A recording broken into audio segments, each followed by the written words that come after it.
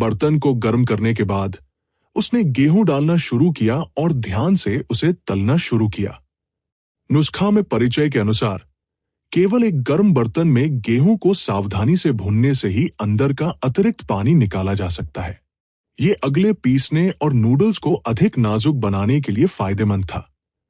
यह देखकर कि बर्तन में गेहूं का पानी लगभग वाष्पित हो गया था, मयंक भाटिया ने जल्दी से आग बुझा दी और बर्तन से गेहूं को अपने द्वारा खरीदी गई घरेलू पत्थर की चक्की में डाल दिया। मयंक भाटिया ने मैकेनिकल मिल नहीं खरीदी क्योंकि मैकेनिकल ग्राइंडिंग से टेक्सचर पर असर पड़ेगा, ठीक उसी तरह जैसे मशीनों से बने नूडल्स और इंसानों द्वारा बनाए गए नूडल्स पूरी तरह से अलग होते हैं। इसलिए मयंक भाटिया ने गेहूं को चक्की के बीच में रख दिया और पत्थर की चक्की को बिना किसी हड़बड़ी के चालू करना शुरू कर दिया। उसकी हरकतों से गेहूं को धीरे धीरे पीसकर महीन आटा बना दिया गया। फिर मयंक भाटिया ने कुशलता से आटे को चॉपिंग बोर्ड पर रखा और इसे गोल आकार में ढेर कर दिया। उसने दो चेहरों के विद्वान की अपनी यादों को याद किया। नॉर्मल नूडल्स पानी और आटा डालकर बनाए जाते थे, लेकिन मयंक भाटिया द्वारा बनाया गया स्कॉलर ऑफ टू फेसेस अन्य लोगों से अलग था। ऐसा इसलिए था क्योंकि उसने पानी नहीं बल्कि एक पूरा अंडा डाला। आटे में अंडे भरने तक लगातार 5 अंडे फेंटने के बाद मयंक भाटिया ने चॉपस्टिक ली और जल्दी से अंडे और आटे को एक साथ मिलाया। बेशक, हालांकि उसने अंडे डाले, क्योंकि आटा अभी भी बहुत नरम था, वो अंडे को आटे के साथ नहीं मिला सकता था। इसलिए उसे इसे बेअसर करने के लिए एक और चीज जोड़ने की जरूरत थी।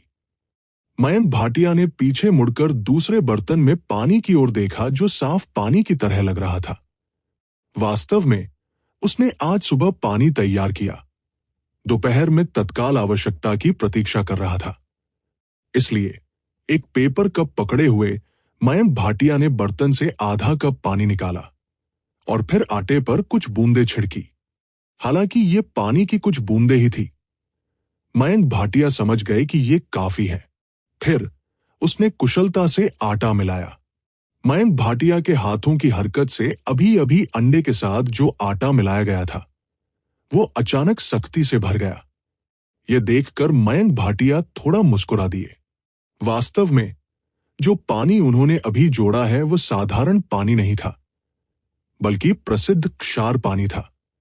उनकी याद में नुस्खा के विवरण के अनुसार जब तक आटे में जादुई क्षार पानी की कुछ बूंदें डाली जाती है, तब तक आटा अपनी कठोरता बनाए रखेगा, जिससे आटा और अगले रेमन का मार्ग प्रशस्त होगा। जहां तक क्षार के पानी की बात है, ये वास्तव में क्षार का पत्थर था जिसे मयंक भाटिया ने खरीदा था। जिज्ञासु लोगों को दोपहर के समय स्कॉलर नो फेस ऑर्डर करने और क्षार पत्थर को पानी से पिघलाने में समय बर्बाद करने से रोकने के लिए मयंक भाटिया ने सुबह सुबह उसमें से एक छोटा सा टुकड़ा खटखटाया और क्षार का पानी बनाने के लिए बर्तन में डाल दिया। इसलिए अब उसने इतना समय बर्बाद नहीं किया। कुछ ही देर बाद मयंक भाटिया ने आटा गूंथकर बेसिन में डाल दिया, एक साफ कपड़े का थैला लिया और आटा गूंथने लगा। आधे घंटे तक इंतजार करने के बाद उसने देखा कि रोहिणी और अन्य दो ने पहले ही अपने अपने बर्तन खत्म कर लिए थे और संतुष्ट चेहरे के साथ कुर्सियों पर बैठे थे। सिर्फ सानिया ही मयंक भाटिया को उम्मीद से भरे चेहरे से देख रही थी। मयंक भाटिया समझ गए थे कि इंतजार करते हुए सानिया लाफी को घूर रही थी, जो उनके सामने बैठी थी। खाना खत्म करने के बाद उसका पेट लंबे समय से भूख से बढ़ रहा था। लाफी, आप सानिया से पहले खाने के बारे में भूल सकते हैं, लेकिन आप क्यों कहते रहते हैं कि आप भूखे हैं? दयनीय सानिया को देखकर मयंक भाटिया मदद नहीं कर सके, लेकिन अपना माथा पकड़ लिया और कड़वाहट से मुस्कुराया। उसे अपने दिल में थोड़ी माफी महसूस हुई। उसने आटे के चारों ओर लपेटा हुआ कपड़ा उतार दिया और उस पर दबा दिया। कठोरता और लोच की भावना उसके हाथों में प्रेषित थी। मयंक भाटिया तुरंत खुश हो गए, क्योंकि इससे साबित हो गया कि आटा जाग गया था। एक पल रुको, हम जल्द ही खा पाएंगे। मयंक भाटिया के हाथों ने झट से आटा गूंथ लिया। इस तरह वो उस अंडे को समान रूप से आटे में डाल सकता था जिसे उसने अभी अभी आटे में डाला था। कुछ राउंड की पिटाई और गूंथने की प्रतीक्षा करने के बाद मयंक भाटिया ने आटे को तेल की एक परत के साथ लेपित किया ताकि स्ट्रेचिंग प्रक्रिया के दौरान आटा एक साथ चिपकने से रोका जा सके। क्योंकि क्षारीय पानी के साथ जोड़ा गया आटा सामान्य आटे की तुलना में बहुत सख्त था, इसलिए इसे बहुत पतला खींचा जा सकता था। नूडल्स खींचने की बात करें तो मयंक भाटिया अपने पिछले जीवन में भारतीयों के शानदार कौशल के बारे में सोचने से खुद को नहीं रोक सके। हालांकि नूडल्स खींचना थोड़ा मुश्किल था, लेकिन पेटू विभाग में लगातार खाना पकाने के कारण मयंक भाटिया का खाना पकाने का कौशल पहले ही स्तर 4 तक पहुंच गया था। अगर वह सावधान रहे तो वह इसे पूरा कर सकते थे, क्योंकि करने के लिए कुछ नहीं था। बबीता और अन्य 2 सानिया के साथ यहां इंतजार करने के लिए थे। जब वे पेटू विभाग में पहुंचे तो उन्होंने उत्सुकता से मयंक भाटिया को देखा, जो अकेले व्यस्त थे। आखिरकार वे पहले ही अन्य व्यंजन खा चुके थे और ये देखना चाहते थे कि विद्वान वुशुआंग ने आखिरी व्यंजन कैसे पकाया, जो कि एकमात्र ऐसा व्यंजन था जिसे उन्होंने अभी तक नहीं खाया था। इसके बाद उनकी आंखों में वे ये देखकर आश्चर्यचकित थे कि मयंक भाटिया के हाथों में जैसे कि वह जादू कर रहा था। नूडल्स का मूल रूप से एक स्ट्रैंड 2 स्ट्रैंड्स में बदल गया, फिर 4 स्ट्रैंड्स, 8 स्ट्रैंड्स, 16 स्ट्रैंड्स। नूडल्स खींचने की कुशल तकनीक के तहत करीब 10 बार दोहराने के बाद मयंक भाटिया के हाथों में नूडल्स रबर बैंड की तरह पतले हो गए थे। इसके अलावा मयंक भाटिया के हाथों के हिलने के साथ नूडल्स में एक मजबूत लोच थी और लगातार उछल रहे थे। मयंक भाटिया के हाथों में नूडल्स को देखकर, जो लगातार मजबूत लोच के साथ उछल रहे थे, बबीता का छोटा सा मुंह चौड़ा हो गया। उसकी खूबसूरत आंखें अविश्वास से भर गई, क्योंकि उसने कहा, क्षमा करें, यह सिर्फ नूडल्स है, आप इसे बिना किसी चिंता के खा सकते हैं।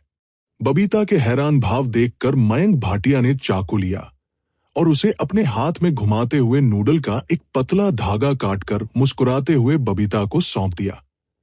बबीता ने आश्चर्य से उसे चुटकी ली, फिर उसे थोड़ा खींच लिया। अपने हाथ में लोच महसूस करते हुए उसने आश्चर्य की दृष्टि से कहा, यह वास्तव में नूडल्स है। नूडल्स वास्तव में इतनी दृढ़ता से बनाए जा सकते हैं। इस दृश्य को देखकर शैतानिया, जो आधे घंटे से अधिक समय तक इंतजार करने के कारण निराश हो गई थी, ने तुरंत अपने चुनिबियु गुणों को पुनः प्राप्त कर लिया।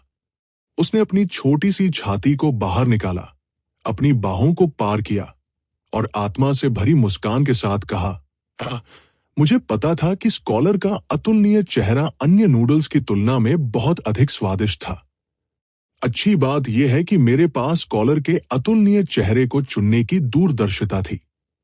चिंता मत करो, हम पहले से ही भरे हुए हैं, कोई भी तुमसे नहीं लड़ेगा।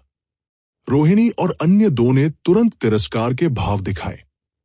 इस समय मयंक भाटिया ने देखा कि बर्तन में पानी पहले से ही उबल रहा था।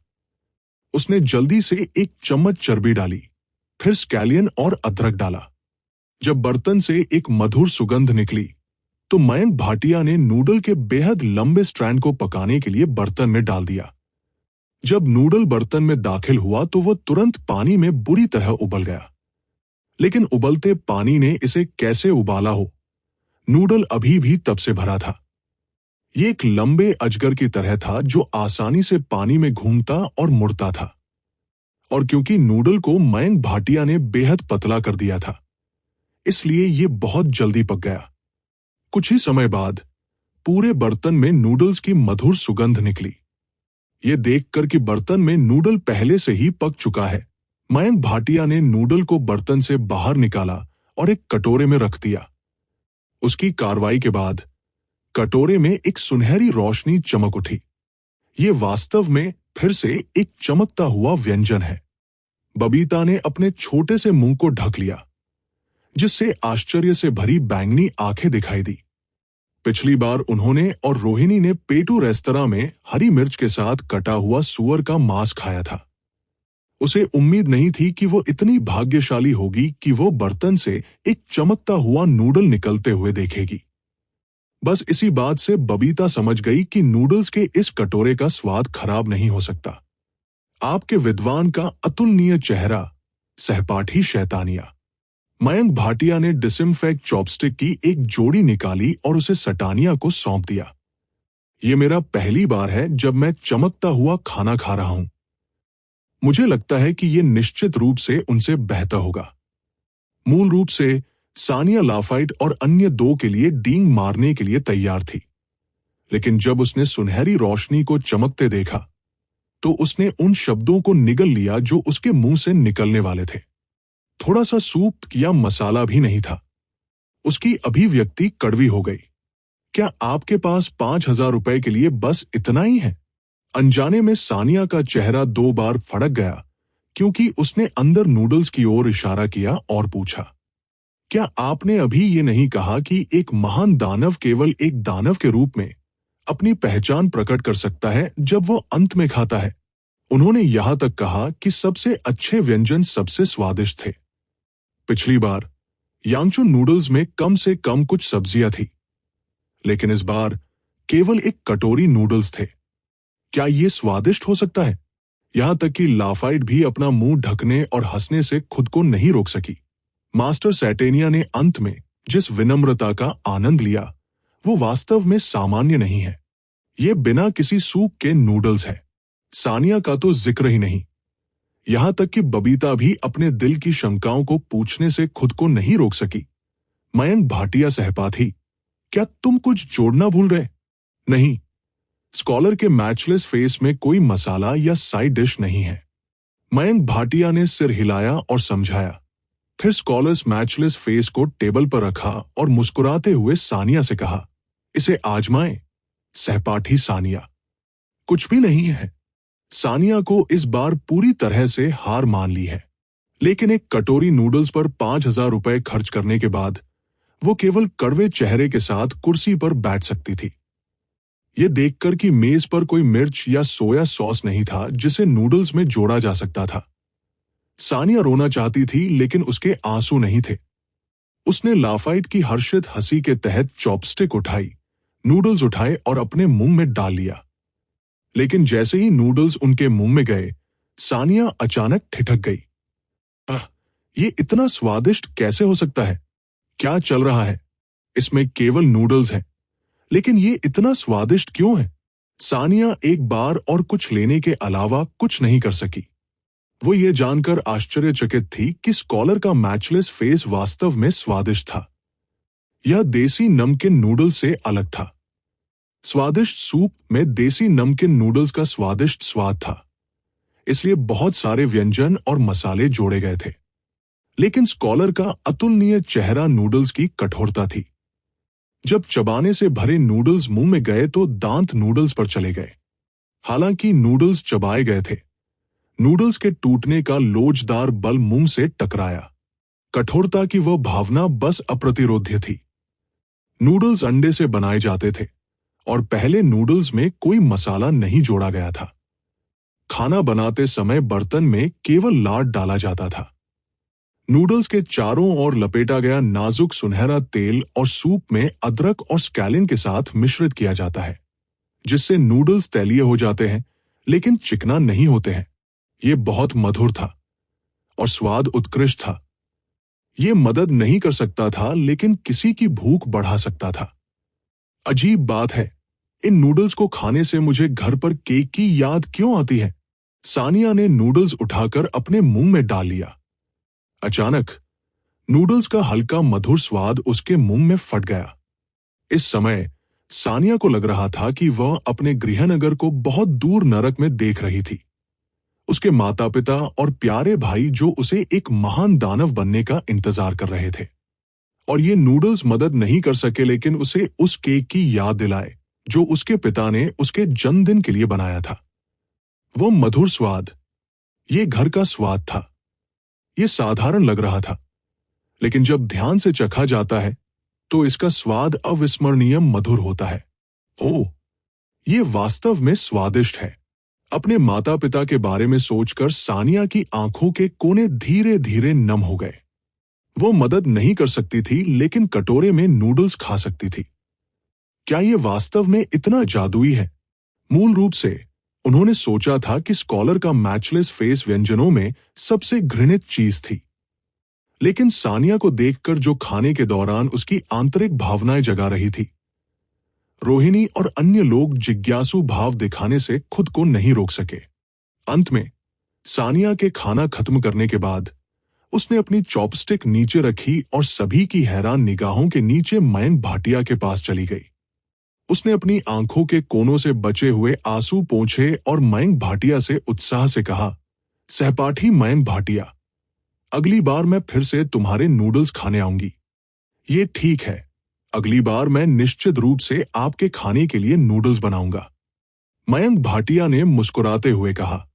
इतना कहने के बाद मयंक भाटिया के नजर अचानक कुछ अजीबोगरीब लुक पर पड़े। उसने पीछे मुड़कर देखा कि रोहिणी और अन्य लोग उसे तिरस्कार की दृष्टि से देख रहे थे। मयंक भाटिया अचानक ठिठक गए। तभी उसे इस वाक्य का दूसरा अर्थ समझ में आया। ये सोचकर उसने सानिया की ओर देखा और शर्मा गया। गलत मत समझो, उसने खुद कहा था।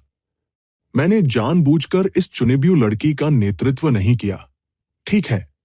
इसके अलावा इस तरह की मानसिक रूप से मंद लड़की, क्या मुझे उसका नेतृत्व करने के लिए किसी अन्य प्रकार के संकेत का उपयोग करने की आवश्यकता है? पलक झपकते ही शुक्रवार हो चुका था। जैस्मिन एयर को फूड डिपार्टमेंट छोड़े 2 दिन हो चुके हैं। दरअसल जैस्मिन एयर की तरफ से कोई खबर नहीं आने और वो फूड डिपार्टमेंट में नहीं आने की वजह से मयंक भाटिया कल जैस्मिन एयर की क्लास में गई, क्योंकि वह जैस्मिन एयर को लेकर चिंतित थी। उन्होंने जैस्मिन एयर के गार्ड नामक 5 लड़कों को हराया और कक्षा में आ गए, लेकिन जैस्मिन एयर दोपहर के समय वहां नहीं थी, इसलिए वो खाली हाथ ही लौट सकती थी। अजीब बात है, ये वाकई अजीब है। फूड डिपार्टमेंट में मयंक भाटिया जैस्मिन एयर की एक्सक्लूसिव विंडो सीट पर बैठ गए और खिड़की के बाहर तैरते चेरी ब्लॉसम को देखने के लिए अपना सिर घुमा लिया। उन्होंने सोचा कि वो यहां बैठकर जैस्मिन एयर के कुछ विचारों पर विचार कर सकते हैं। मयंक भाटिया की जैस्मिन एयर के किरदार को समझने के लिए उन्हें फूड डिपार्टमेंट को अकेला नहीं छोड़ना चाहिए, लेकिन लगातार 2 दिनों तक उनकी ओर से कोई खबर नहीं आई। क्या चल रहा है? यहां तक कि जैस्मिन एयर ने भी उनके मैसेज का जवाब नहीं दिया। क्या ऐसा हो सकता है कि वो उससे छिप रही हो? एक पल के लिए सोचने के बाद मयंक भाटिया अपनी किस्मत आजमाने के लिए कक्षा सी में जाने के लिए तैयार थे और देखते थे कि क्या वह जैस्मिन एयर को ढूंढ सकते हैं। कोई बात नहीं, उसे कम से कम ये पूछना था कि क्या हुआ। अन्यथा अगर वह कल के सप्ताहांत का इंतजार करता तो उसे अगले सप्ताह तक इंतजार करना होगा। एमडी अकुया, मैं अपने पिछले जीवन में 20 से अधिक वर्षों तक व्यर्थ में रहा हूं। अब मैं हाई स्कूल की लड़कियों के विचारों को भी नहीं समझता।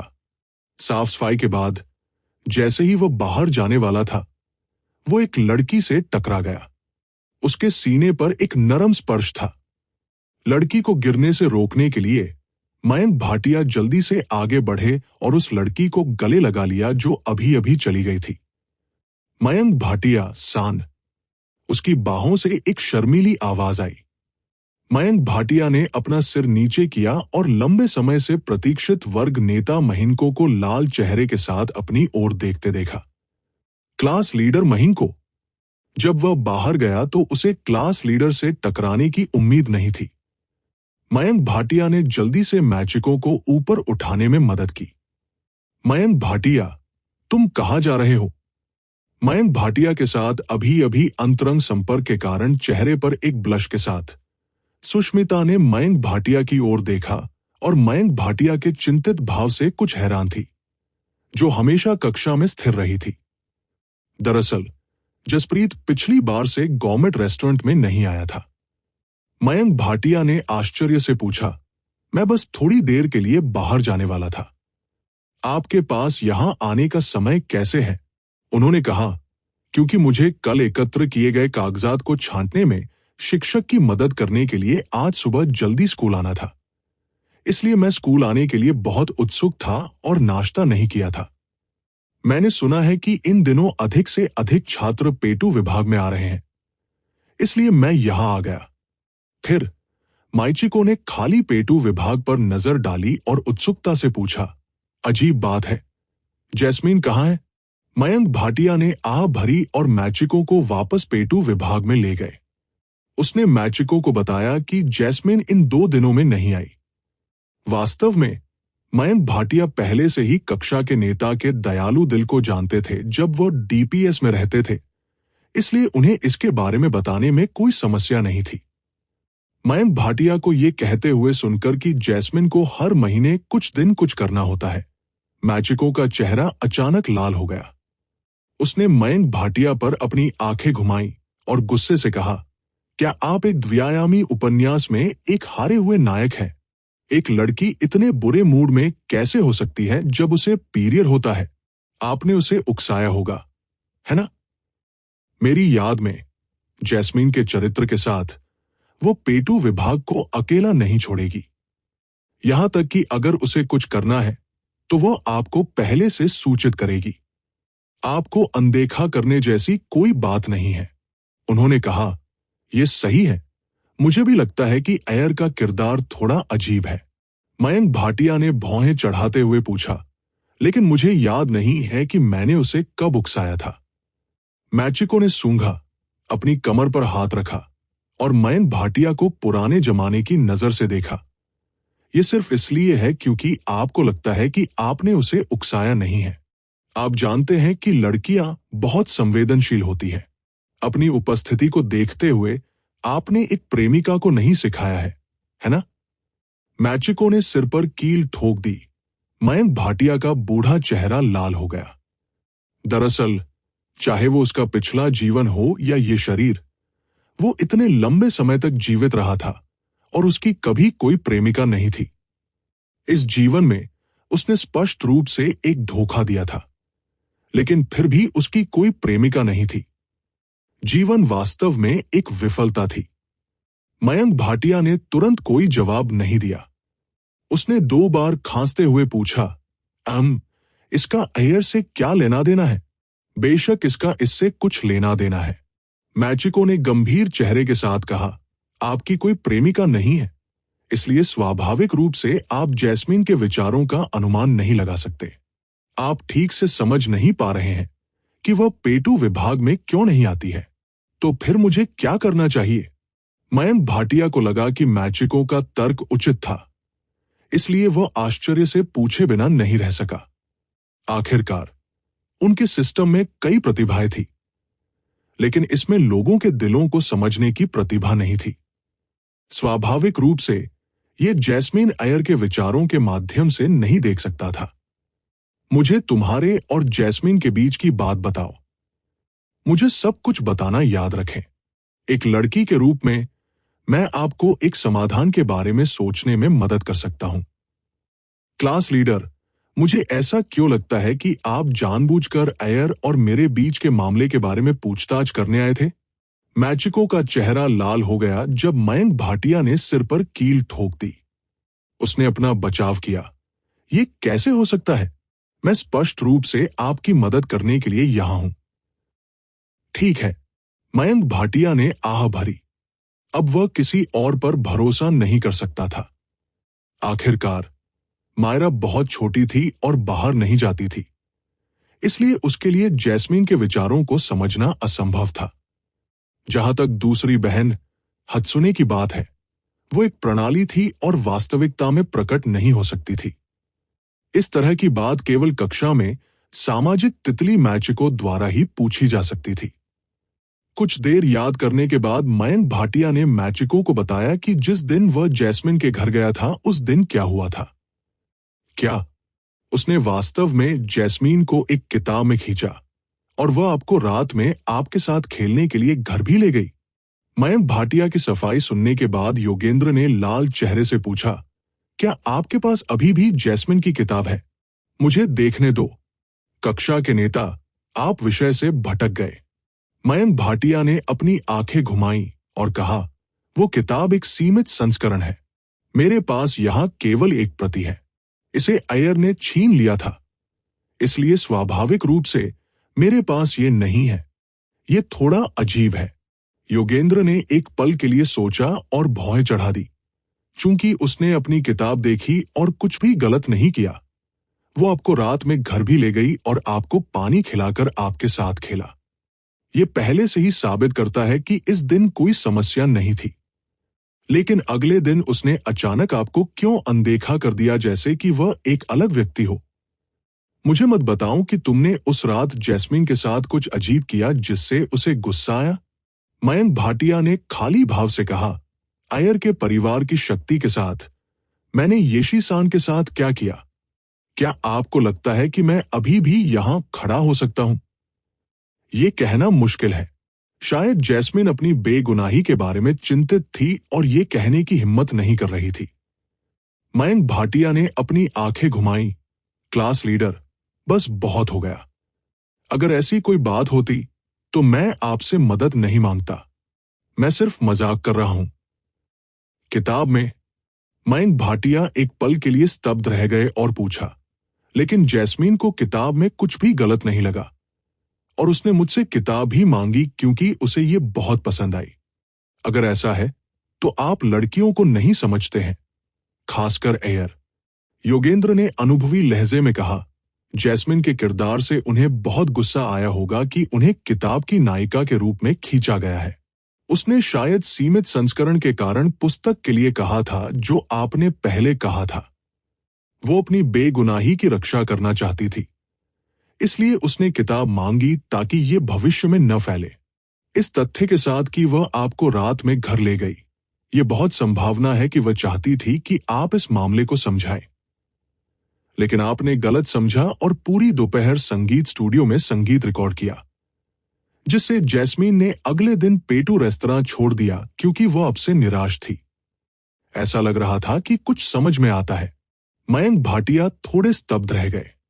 इसके बारे में ध्यान से सोचने पर ऐसा लग रहा था कि जैस्मिन अय्यर अगले दिन पेटू रेस्तरां में आई थी, जब तक कि उसने गलती से नहीं सोचा कि जैस्मीन उसके मासिक धर्म पर थी और उसे नजरअंदाज कर दिया और चला गया। तो फिर उसने मुझसे किताब के बारे में क्यों नहीं पूछा? मयंक भाटिया ने वह सवाल पूछा जो वह सबसे ज्यादा जानना चाहते थे। जैस्मीन उस तरह की ढीली लड़की नहीं है। वो आपसे सीधे पूछने की हिम्मत कैसे कर सकती है? तो आपने कुछ नहीं कहा और उसने कुछ नहीं कहा, जिससे ये गलतफहमी हुई। मयंक भाटिया इस बात को लेकर बिल्कुल साफ कह रहे थे कि जैस्मिन उस तरह की लूज हॉट गर्ल नहीं है। उन्होंने योगेंद्र की अटकलों से सहमति में भी सिर हिलाया। वास्तव में जब से जैस्मीन अय्यर स्कूल गई थी, उसे अनगिनत लड़कों ने कबूल किया था, लेकिन कोई फर्क नहीं पड़ता कि वो कौन था। उन सभी को उसके द्वारा अस्वीकार कर दिया गया था। इससे यह देखा जा सकता था कि जैस्मीन एक साफ सुथरी और ईमानदार लड़की थी, और यह अपरिहार्य था कि वो गुस्सा होगी क्योंकि किताब देखी गई थी। मयंक भाटिया को भी समझ में आ गया कि किताब की वजह से जैस्मिन अय्यर नाराज है। सुष्मिता के इस स्पष्टीकरण से मयंक भाटिया अचानक होश में आ गए। उसने पूछा, तो फिर मैं जाकर अब जैस्मिन से माफी मांगूंगा। ये इतना लंबा हो गया है और वो आपसे बच रही है, यहां तक कि अगर आप अभी माफी मांगना चाहते हैं तो भी आप उसके पास नहीं जा सकते। योगेंद्र ने मुस्कुराते हुए कहा, आपने अभी कहा था कि किताब आपकी बहन द्वारा नहीं खींची गई थी। फिर ये बात मुझ पर छोड़ दो। मैं असुना को ढूंढूंगा और उसे समझाऊंगा। मयंक भाटिया खुशी से झूम उठे। धन्यवाद, क्लास मॉनिटर। क्या आपको मुझे धन्यवाद देने से पहले कम से कम मेरे लिए नाश्ता नहीं बनाना चाहिए? मयंक भाटिया ने मुस्कुराते हुए कहा, एक बार का जिक्र नहीं करना, 10 बार भी ठीक है। 10 बार फिर। मयंक भाटिया अचानक दंग रह गए। उन्हें गंभीरता से संदेह था कि क्लास मॉनिटर जसप्रीत ने सिर्फ फ्रीलोड के लिए इतना कुछ कहा था। वो मदद नहीं कर सका लेकिन शिकायत की। क्लास मॉनिटर, क्या आपके पास मुझे इस तरह बरगलाने के लिए विवेक है? योगेंद्र ने शर्मिंदगी में अपनी जीभ बाहर निकाल दी। ऐसा इसलिए है क्योंकि मयंक भाटिया का खाना बनाना बहुत स्वादिष्ट है। ठीक है फिर। जैसे ही योगेंद्र ने एक शेफ के रूप में उनकी प्रशंसा की, वह मना नहीं कर सके। खूबसूरत निर्देशक को वापस लाने के लिए मयंक भाटिया योगेंद्र के लिए केवल यांगचून नूडल्स का एक कटोरा बना सकते थे। जब तक योगेंद्र संतुष्ट नहीं हुए और उन्होंने पेटू विभाग नहीं छोड़ा, तब तक मयंक भाटिया ने राहत महसूस नहीं की। दोपहर के समय अचानक जैस्मिन एयर को क्लास में योगेंद्र का मैसेज आया, इसलिए वो सुबह बनाया लंच खाने के बाद छत पर चली गई। काश उसने सुबह गोल्डन फ्राइड राइस बनाया था, लेकिन इसका स्वाद मयंक भाटिया से बिल्कुल अलग था। योगेंद्र, तुम मयंक भाटिया की वजह से मेरे पास नहीं आए, है ना? जब वह छत पर आई और योगेंद्र, जो लंबे समय से इंतजार कर रही थी, को देखा, तो जैस्मिन एयर ने तुरंत अपने आंतरिक विचारों को देखा। आखिरकार वह जानती थी कि मयंक भाटिया और योगेंद्र एक ही कक्षा में थे और दोनों पेटू विभाग के सदस्य थे। बहुत संभावना थी कि योगेंद्र मयंक भाटिया की वजह से यहां आए हों। निश्चित रूप से जैस्मिन से कुछ भी छिपाया नहीं जा सकता है। योगेंद्र ने मुस्कुराते हुए आगे बढ़कर जैस्मिन एयर से पूछा, जैस्मिन, मयंक भाटिया द्वारा आपकी बहन को आपकी किताब खींचने के लिए कहने के मामले के बारे में आप क्या सोचती हैं? उन्होंने आपको इस मामले के बारे में भी बताया? जैस्मिन एयर, जिन्हें उम्मीद नहीं थी कि योगेंद्र सीधे सवाल पूछेंगे, शर्मा गई। वास्तव में वो सोच रही थी कि क्या उसे पेटू विभाग में वापस जाना चाहिए और मयंक भाटिया को समझाना चाहिए। वो बस इसके बारे में बहुत देर तक सोचती रही और नहीं जानती थी कि वापस कैसे जाना है। क्या उन्हें मयंक भाटिया से किताब के बारे में पूछना चाहिए? योगेंद्र ने सिर हिलाया और पूछा, चलो सवाल बदलते हैं। जैस्मिन एयर, आपको क्या लगता है कि मयंक भाटिया किस तरह का व्यक्ति है? जैस्मिन एयर थोड़ा स्तब्ध रह गई। वो मदद नहीं कर सकती थी, लेकिन उस शुरुआत को याद कर सकती थी जब वो पहली बार मयंक भाटिया से मिली थी। उन दोनों ने एक साथ पेटू विभाग चलाया और फिर मयंक भाटिया ने पेटू विभाग के संकट को हल करने के लिए इशिकावा रॉक्स को हराया और ध्यान से उसे खाना बनाना और अन्य चीजें सिखाई। फिर उसने मयंक भाटिया की मायरा की सावधानी पूर्वक देखभाल के बारे में सोचा और कहा, मयंक भाटिया एक बहुत ही जिम्मेदार और दयालु लड़का है। चूंकि आप उसके चरित्र को जानते हैं, तो आप पेटू विभाग में क्यों नहीं जाते? उन्होंने कहा, इसके अलावा मुफान ने मुझे किताब के बारे में पहले ही बता दिया है। उसने कोहरा नहीं खींचा और उसने सामग्री नहीं देखी। जसप्रीत ने जवाब दिया और आगे कहा, इसके अलावा मुफान ने मुझे पहले ही किताब के बारे में बता दिया है। उसने कोहरा नहीं खींचा और उसने सामग्री नहीं देखी। यह मयंक भाटिया द्वारा नहीं खींचा गया है। जैस्मिन एयर का दिल अचानक हैरान रह गया। उसे एहसास हुआ कि उसने मयंक भाटिया को गलत समझा है, लेकिन यह सोचकर वो फिर से झिझकी, अपने होंठ भींचे और बोली, मयंक भाटिया के पेटू विभाग में पहले से ही मदद करने के लिए अन्य लोग हैं। उसे मेरी जरूरत नहीं है ना? नहीं सही। योगेंद्र मुस्कुराते हुए बोले, आज सुबह जब मैं गया था, तो मयंक भाटिया का पेटू विभाग अभी भी केवल वही था। यहां तक कि अगर कोई और लड़की थी, तो शायद मयंक भाटिया ने उसे ढूंढ लिया, क्योंकि उसे डर था कि आप अकेले थक जाएंगे।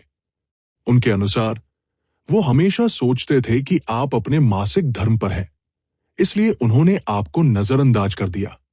आप अपने मासिक धर्म पर हैं? जैस्मिन एयर को नहीं पता था कि हंसना है या रोना है। उसे उम्मीद नहीं थी कि मयंक भाटिया द्वारा उसके गुस्से को इस तरह गलत समझा जाएगा। ये समझते हुए कि उसने मयंक भाटिया को भी गलत समझा था, जैस्मिन एयर खुद को दोषी ठहराए बिना नहीं रह सकी। मयंक भाटिया शुरू से अंत तक उनके साथ बहुत अच्छे थे, लेकिन फिर भी उन्होंने उन्हें गलत समझा। इसके अलावा जैस्मिन स्कूल के 4 कैंपस बेल्स में से एक है। क्या आप डरते हैं कि आप उस लड़की से तुलना नहीं कर सकते जो अभी अभी पेटू विभाग में आई है? योगेंद्र ने मुस्कुराते हुए कहा, कौन सी 4 कैंपस बेल्स? योगेंद्र, मुझ पर मत हंसो, ठीक है? जैस्मिन एयर ने लाल चेहरे के साथ अपना सिर नीचे कर लिया। तभी उसकी जेब में रखा फोन बज उठा। जैस्मिन एयर ने संदेह के साथ फोन खोला और ये जानकर हैरान रह गई कि संदेश उस गाने के बारे में था जिसे उन्होंने पिछली बार सीसाइड पर अपलोड किया था, और इन दिनों वेबसाइट पर अपलोड किया गया गाना फैल गया था। उनके गाने के क्लिक की संख्या 1 लाख तक पहुंच गई थी और पसंदीदा की संख्या 30,000 तक पहुंच गई थी। और यह संदेश वास्तव में सीसाइड के प्रबंधन कर्मचारियों का था। हेलो प्रिय मिस यजास्मिन, हम सीसाइड पर एक हिट गीत के रूप में आपके मूल गीत को एमवी में शूट करना चाहते हैं। मुझे नहीं पता कि आप सीसाइड के साथ सहयोग करने में रुचि रखते हैं या नहीं। यदि आप रुचि रखते हैं तो कृपया प्रभारी संपादक से हमारे मित्र अनुरोध को स्वीकार करें। इस मैसेज को मिलने के बाद जैस्मिन एयर बहुत खुश हो गई। उन्हें उम्मीद नहीं थी कि पहली बार मयंक भाटिया द्वारा अधिकृत क्लोज फेदर गाने के बाद सीसाइड इस गाने को एमवी में शूट करने का फैसला करेगी। गायन पसंद करने वाले उनके लिए ये खबर पहले से ही बेहद रोमांचक है। अरे जैस्मीन, तुम वास्तव में गा सकती हो। जैस्मीन एयर के फोन पर मैसेज देखकर योगेंद्र ने हैरानी से पूछा। ये वाक्य सुनकर जैस्मीन एयर की आंखें उलझन में पड़ गई। ये गाना असल में मयंक भाटिया ने लिखा था और मुझे अधिकृत किया था। यह वास्तव में मयंक भाटिया द्वारा लिखा गया था। योगेंद्र हंसे। ये बिल्कुल सही है जैस्मीन, आप इस गाने को एक बहाने के रूप में इस्तेमाल कर सकते हैं ताकि मयंक भाटिया को ढूंढने के लिए पेटू विभाग में वापस जा सके और उन्हें समझाने का मौका मिल सके कि इन दिनों क्या हुआ। जहां तक माफी की बात है, यदि आप अधिक ईमानदार होना चाहते हैं तो आपको स्वाभाविक रूप से अलग अलग कपड़े पहनने होंगे। चिंता मत करो जैस्मीन। लड़कों, मुझे पता है कि जब मैंने पिछली बार नौकरानी कैफे में काम किया था तो उनके पास नौकरानी के संगठनों के लिए कोई प्रतिरोध नहीं था। अकेले अपने फिगर को छोड़ दे जो स्कूल में काशिनोकु शियू के बराबर है।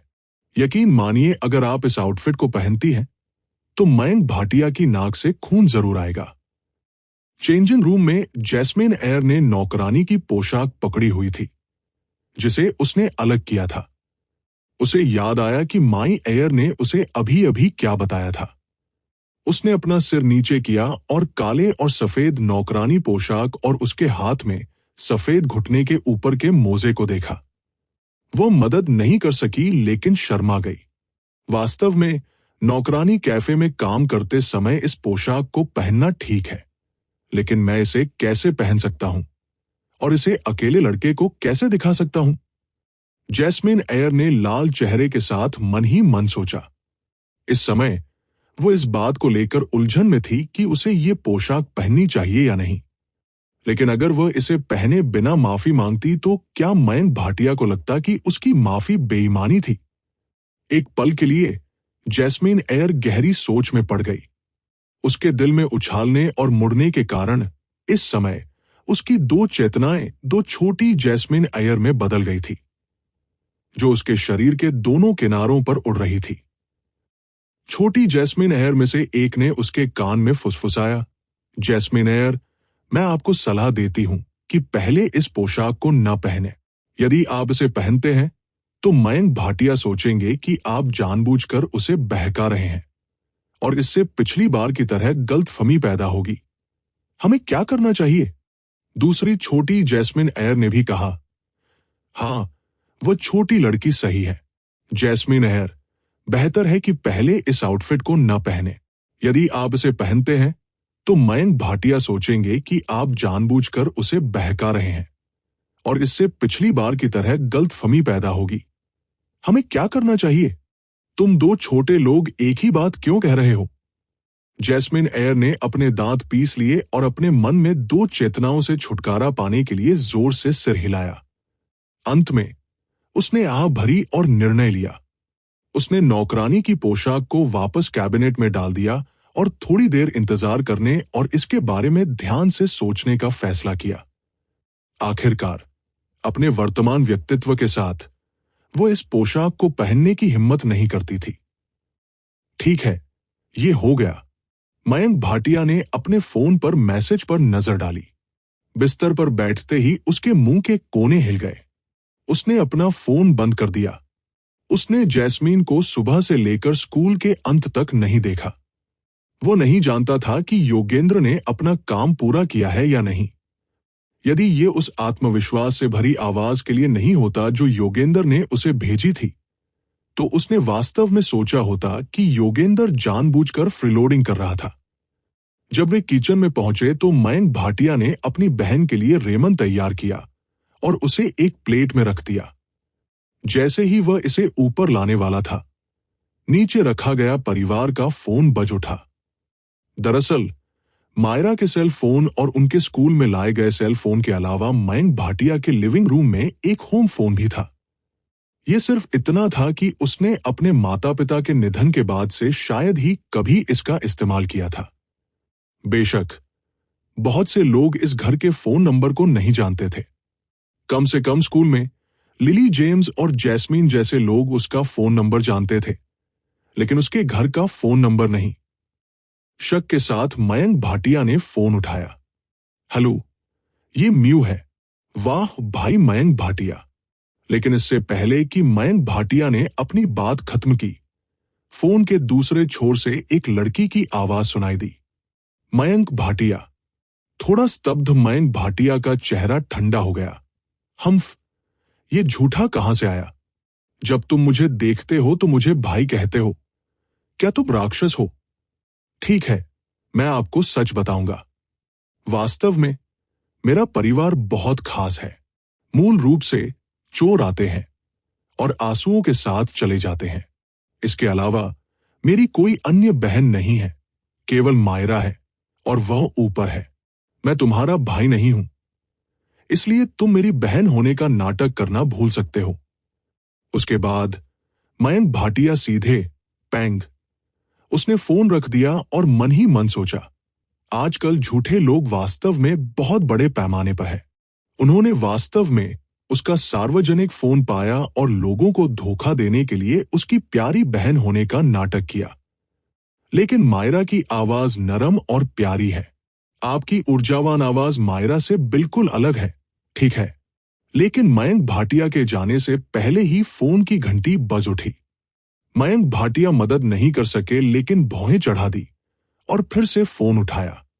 इस बार इससे पहले कि वह बोल पाता, फोन के दूसरे छोर से नाराजगी से भरी आवाज आई। भाई मयंक भाटिया, आप बहुत पक्षपाती हैं। हम दोनों बहनें हैं। तुम मुझे इतनी जल्दी कैसे भूल सकते हो? मैं श्रेयस हूं। श्रेयस। मयंक भाटिया एक पल के लिए स्तब्ध रह गए, फिर ध्यान से अपने पूर्ववर्ती की याद को याद किया, क्योंकि कुछ महत्वहीन यादें संचारित करते समय अपने आप भूल जाती है। मयंक भाटिया केवल शुरुआत से अंत तक थोड़ा थोड़ा करके याद कर सकते थे। पूरे 2 मिनट की चुप्पी के बाद आखिरकार मयंक भाटिया को याद आया कि जब मायरा की मां और उसके सस्ते पिता की शादी हुई थी तो एक बार एक लड़की मायरा के बहुत करीब थी। वो मायरा की चचेरी बहन लग रही थी जो मिलने आई थी। वो श्रेयस तारू लग रही थी। क्योंकि श्रेयस उनसे छोटे थे, केवल 16 साल के थे, और वो 17 साल के थे, इसलिए उन्होंने उन्हें भाई कहा। मयंक भाटिया की याद में श्रेयस तारू ऊर्जा से भरी लड़की थी। इसका वर्णन कैसे किया जाए? ये होगा मिलीमीटर। बहुत प्यारा। आप मुझसे पूछना चाहते हैं कि उसके और मायरा के बीच कौन प्यारा है? खांसी खांसी, इसे भूल जाओ। मुझे लगता है कि अगर मैं इसे जोर से कहता हूं तो गू हुआंग के प्रशंसकों द्वारा मुझे पीट पीट कर मार डाला जाएगा। ओह, तो ये श्रेयस है, मयंक भाटिया ने एहसास में कहा। चचेरे भाई मयंक भाटिया, मुझे ऐसा लग रहा है कि आप झूठ बोल रहे हैं। मुझे मत बताओ कि तुम मेरे बारे में भूल गए हो। श्रेयस तारू ने शक से पूछा। मयंक भाटिया को 2 बार खांसी हुई। अभी आधा साल ही हुआ था। अगर वो अचानक कहे कि वो श्रेयस के बारे में भूल गया है तो ये उसे दुखी कर देगा। 16 साल की लड़की को दुखी न करने के लिए उन्होंने बिना शर्माए कहा, मैं क्यूट श्रेयस को कैसे भूल सकता हूं? चिंता मत करो, भले ही मैं अपने बारे में भूल जाऊं, मैं तुम्हारे बारे में नहीं भूलूंगा। ओह, मैं अपने बारे में कैसे भूल सकता हूं? श्रेयस तारू नाखुशी से बुदबुदाया, फिर पूछा, भाई, हाल ही में छोटी मायरा कैसी है? मिमी, मुझे कैसे कहना चाहिए? मयंक भाटिया कुछ देर चुप रहे, फिर ईमानदारी से बोले, वो अभी भी पहले की तरह घर में रह रही है। ओह, इतना समय हो गया है और आप अभी भी कमरे से बाहर नहीं निकले हैं। भाई मयंक भाटिया कितने बेकार हैं। मैं बेकार हूं? मयंक भाटिया अवाक रह गए। अगर ये उसके लिए नहीं होता तो मायरा भूख से मर जाती, है ना? ऐसा नहीं लग रहा था। उसके पास पैसा था, प्रति स्ट्रीम 200,000 रुपए, और वो हर दिन टेकआउट ऑर्डर कर सकती थी। उन्होंने कहा, भाई मयंक भाटिया, मैं अपनी मां से बात कर चुका हूं। मैं कुछ दिनों में आपके घर जाऊंगा। श्रेयस तारू ने मुस्कुराते हुए कहा। हूं, तुम मेरे घर आ रहे हो? मयंक भाटिया दंग रह गए। फिर वो खुद से पूछ नहीं सके कि श्रेयस अचानक यहां क्यों आना चाहते थे। क्या ये असुविधाजनक है? बिल्कुल नहीं। अगर श्रेयस आते हैं तो मैं आपका गर्मजोशी से स्वागत करूंगा। तब मैं समारोह में खड़ा नहीं होऊंगा। मुझे सिस्टर मायरा की भी याद आती है। श्रेयस तारू ने ऊर्जावान होकर कहा। फिर वो झिझकती हुई पूछती थी, भाई मयंक भाटिया, मुझे आश्चर्य है कि क्या आपके पास हाल ही में समय है? मयंक भाटिया ने शक से पूछा, क्या बात है? श्रेयस तारू कुछ देर चुप रहे।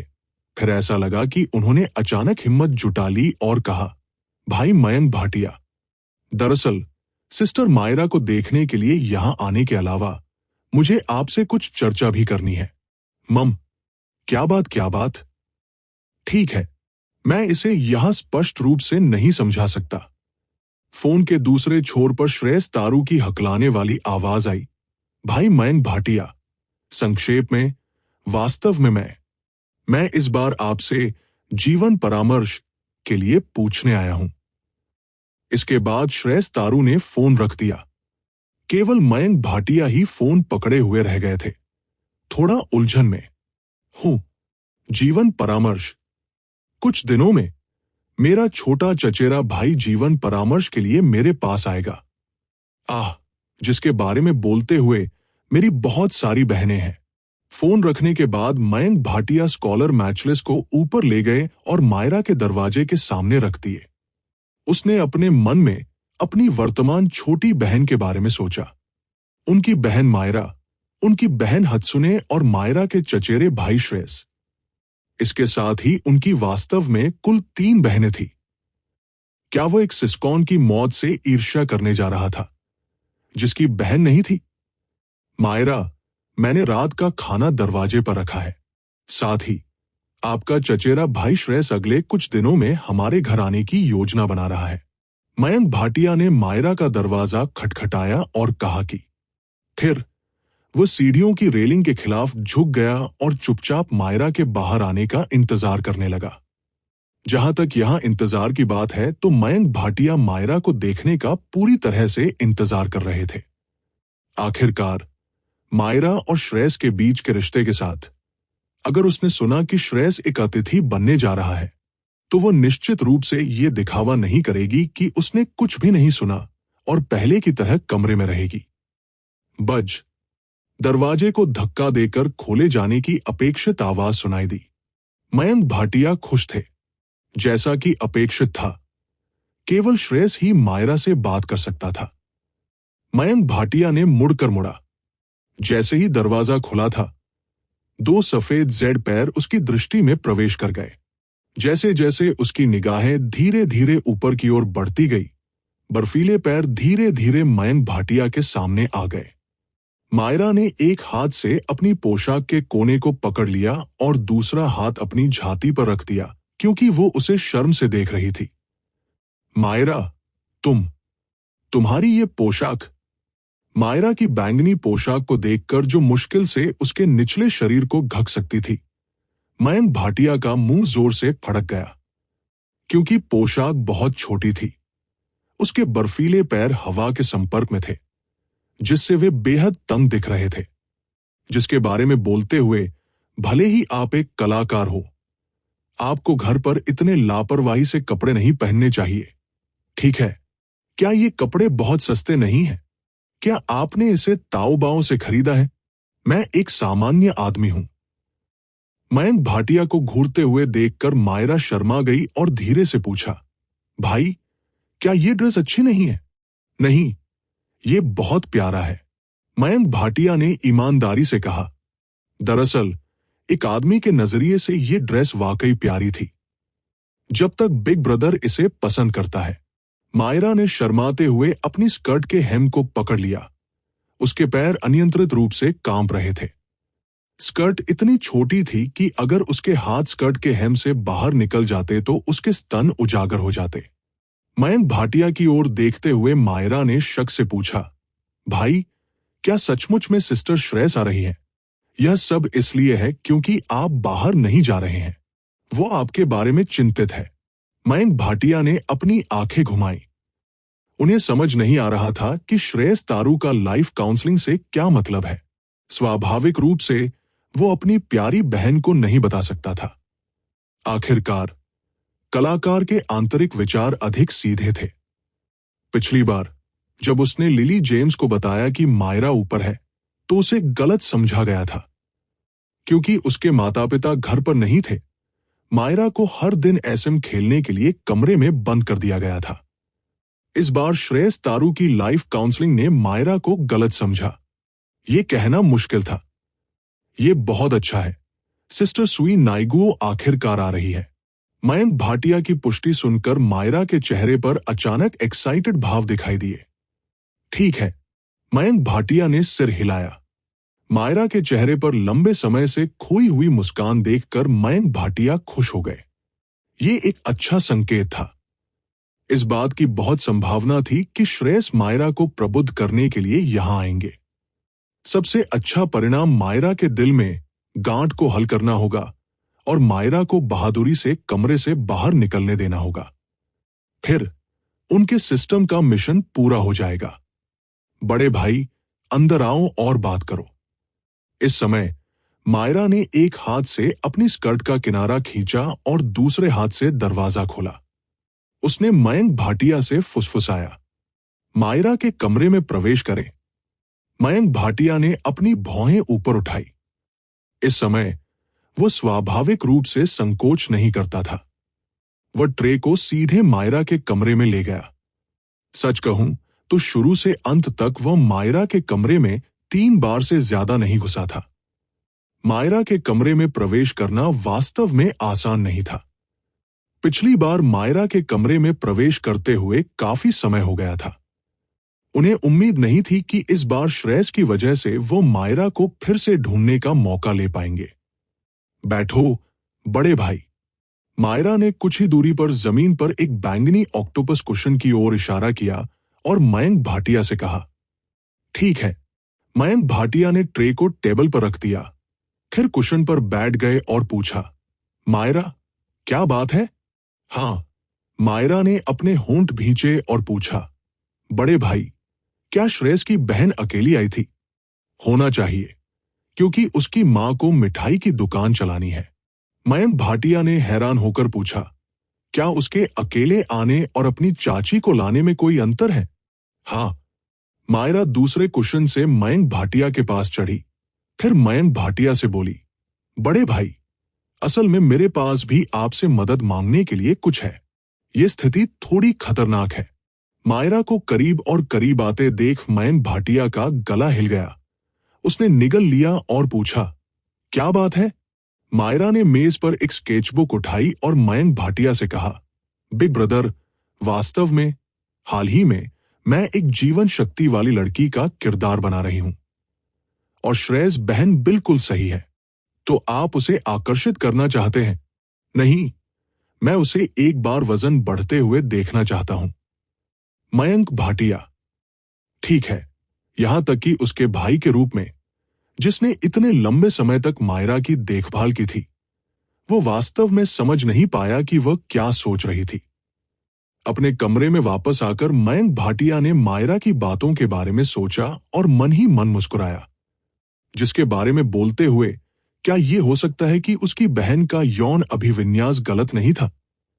पिछली बार जब वह जैस्मिन को देखना चाहती थी तो ठीक था, लेकिन इस बार उसने अपने क्यूट कजिन को जाने भी नहीं दिया।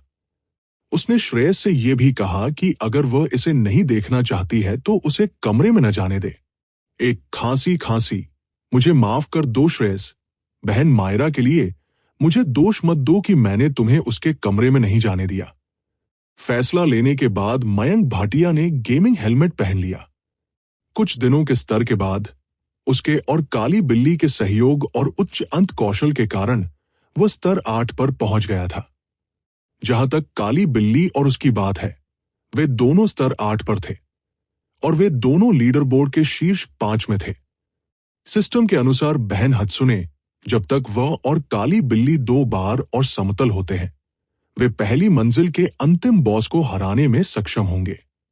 इसलिए इस अवधि के दौरान मयंक भाटिया और काली बिल्ली स्तर को ऊपर उठाने के लिए कड़ी मेहनत कर रहे थे। इस गति से वे दोनों सोमवार को बॉस को हराने में सक्षम होंगे और दूसरी मंजिल का मार्ग खुला हो जाएगा। भाई, तुम यहां हो। जब वे शहर पहुंचे तो हत्सुने ने मुस्कुराते हुए मयंक भाटिया से कहा। हाँ। मयंक भाटिया ने सिर हिलाया और फिर अपनी फ्रेंड लिस्ट खोली। जब उसने काली बिल्ली का नाम धुंधला देखा तो वो मदद नहीं कर सका, लेकिन थोड़ा आश्चर्यचकित हुआ। काली बिल्ली उससे पहले हमेशा ऑनलाइन थी, लेकिन आज थोड़ा अजीब था। हत्सुने, क्या काली बिल्ली आज ऑनलाइन नहीं है? मयंक भाटिया ने हत्सुने की ओर अपनी निगाह घुमाई और पूछा। नहीं, शायद उसे किसी चीज से देरी हो रही थी, इसलिए वह थोड़ी देर बाद ऑनलाइन आई।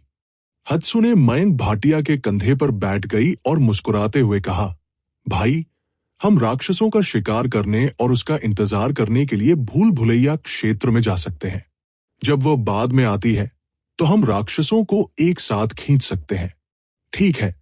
मयंक भाटिया ने सिर हिलाया और हत्सुने के साथ शहर छोड़ दिया। रास्ते में हत्सुने ने अचानक पूछा, भाई, आपने जैस्मीन के साथ समस्या का समाधान नहीं किया है ना? हाँ। मयंक भाटिया ने सिर हिलाया। हत्सुने बाहरी दुनिया की स्थिति देख सकती थी, इसलिए वह जैस्मीन एयर के बारे में पहले से ही जानती थी। भाई, तुम लड़कियों को बिल्कुल नहीं समझते। सिस्टर जैस्मीन किताब के बारे में बात करने में बहुत शर्मिंदा है, इसलिए हम माफी मांगने के लिए केवल आप पर भरोसा कर सकते हैं। एक रक्तलाल लबादे में लिपटा हुआ जिसे उसने शांत अभिनय के लिए खरीदा था और उसके पास कोई बचाव नहीं था, और अपने कंधे पर एक लंबी तलवार लेकर वह चुइन को पूर्वी द्वार से बाहर ले आया और घास के मैदान में छोटे रास्ते पर आगे बढ़ा।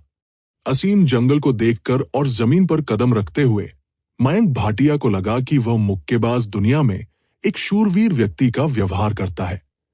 केवल नकारात्मक पक्ष ये था कि जैसे ही वह घास के मैदान के समतल क्षेत्र में पहुंचे, उन्हें कुछ ठंडी निगाहें महसूस हुई। मयंक भाटिया ने निगाहों की दिशा को देखा। इन खिलाड़ियों के स्तर को देखते हुए, जिन्होंने लेवलिंग क्षेत्र में राक्षसों को लगभग तुरंत मार डाला, वे सभी खेल के विशिष्ट खिलाड़ी थे। गिल्ड के लिए ये खिलाड़ी एसओ के शीर्ष 10 गिल्डों में से एक, डोमिनेशन से संबंधित थे। समतल क्षेत्र में कदम रखते ही वो शत्रुतापूर्ण क्यों था, मयंक भाटिया को भी ये पता था। ऐसा इसलिए था क्योंकि उच्च स्तरीय गिल्ड ने प्रत्येक समतल क्षेत्र पर कब्जा कर लिया था और उन्होंने नागरिक खिलाड़ियों को चोरी करने की अनुमति नहीं दी थी। यदि कोई नागरिक खिलाड़ी उनके गिल्ड में शामिल होना चाहता था तो उन्हें गिल्ड से बाहर निकाल दिया जाएगा, क्योंकि वे बहुत कमजोर थे। संक्षेप में, इन कैंसर ट्यूमर के कारण कई नागरिक खिलाड़ियों ने शिकायत की कि एसओ में खेल का अनुभव बेहद खराब था। सच कहूं तो डोमिनेशन में शामिल होने के लिए 2 शर्तों को पूरा करना था। एक लीडर बोर्ड पर शीर्ष 3000 में रैंक किया गया खिलाड़ी होना था, दूसरी महिला खिलाड़ी बनना था, और इन 2 शर्तों में से एक पर्याप्त होगी। बेशक मयंक भाटिया इस गिल्ड में शामिल हो सकते हैं, लेकिन मयंक भाटिया ने सोलो प्लेयर बनना पसंद किया। ब्लैक कैट की तरह उन दोनों को अभी भी शीर्ष 10 में स्थान दिया गया था। एकल खिलाड़ियों के लिए कई खतरे थे। उदाहरण के लिए, एसओ में जब कोई पात्र मर जाता है तो एक समान स्तर का जुर्माना होगा। मृत्यु के बाद एक स्तर खोना कोई मजाक नहीं था। खेल के शुरुआती चरणों में खिलाड़ी एक स्तर खोने के बाद जल्दी से स्तर बढ़ा सकते थे, लेकिन बाद के चरणों में यह अधिक से अधिक परेशानी भरा हो जाएगा। उदाहरण के लिए, मरने के बाद खिलाड़ी स्तर 8 से स्तर 7 तक गिर जाते थे, और यदि वे बदकिस्मत होते थे तो वे बेतरतीब ढंग से उपकरण का एक टुकड़ा गिरा देते थे। बेशक नारंगी नाम वाले खिलाड़ियों के पास उपकरण छोड़ने की बहुत अधिक संभावना होगी। यदि कोई खिलाड़ी 10 से अधिक लोगों को मारता है तो वे बदकिस्मत होने पर उपकरणों का एक पूरा सेट गिरा देते हैं। हर बार जब वह भूल भुलैया क्षेत्र में जाता था तो उसे इन लोगों से शत्रुता का सामना करना पड़ता था। मयंक भाटिया पहले से ही इसके आदी थे और उन्होंने इसे नजरअंदाज करने का फैसला किया। हालांकि इन गिल्ड खिलाड़ियों ने लेवलिंग क्षेत्र पर कब्जा कर लिया था, लेकिन वह बस वहां से गुजर रहा था। उसने राक्षस की आखिरी हिट नहीं चुराई, इसलिए ये लोग हमला करने की पहल नहीं करेंगे। चूंकि इन लोगों का भूल भुलैया क्षेत्र में पीसने से कोई लेना देना नहीं था, इसलिए मयंक भाटिया का उनके साथ संघर्ष करने का कोई इरादा नहीं था। उन लोगों का एक समूह जिन्होंने पूरी जगह पर एकाधिकार करने की कोशिश की। अंत में क्या उन्हें अभी भी एक समतल स्थान खोजने के लिए मेरे गाइड को देखने की जरूरत नहीं थी? हत्सुने के निर्देशों का पालन करते हुए मयंक भाटिया समतल क्षेत्र के पास एक गेहूं के खेत में पहुंचे। फिर उसने हत्सुने के बैग से एक दरांती निकाली और गेहूं काटने लगा। इस गेम के डेवलपर्स ने इसमें काफी मेहनत की थी। आप वास्तव में इसमें रह सकते हैं। गेहूं की कटाई की यथार्थवादी भावना वास्तविकता से बहुत अलग नहीं थी। ये होना चाहिए, है ना? लानत है अकुया। उसने वास्तविक जीवन में कभी गेहूं की कटाई नहीं की थी, लेकिन वो वास्तव में खेल में गेहूं की कटाई का अभ्यास कर रही थी।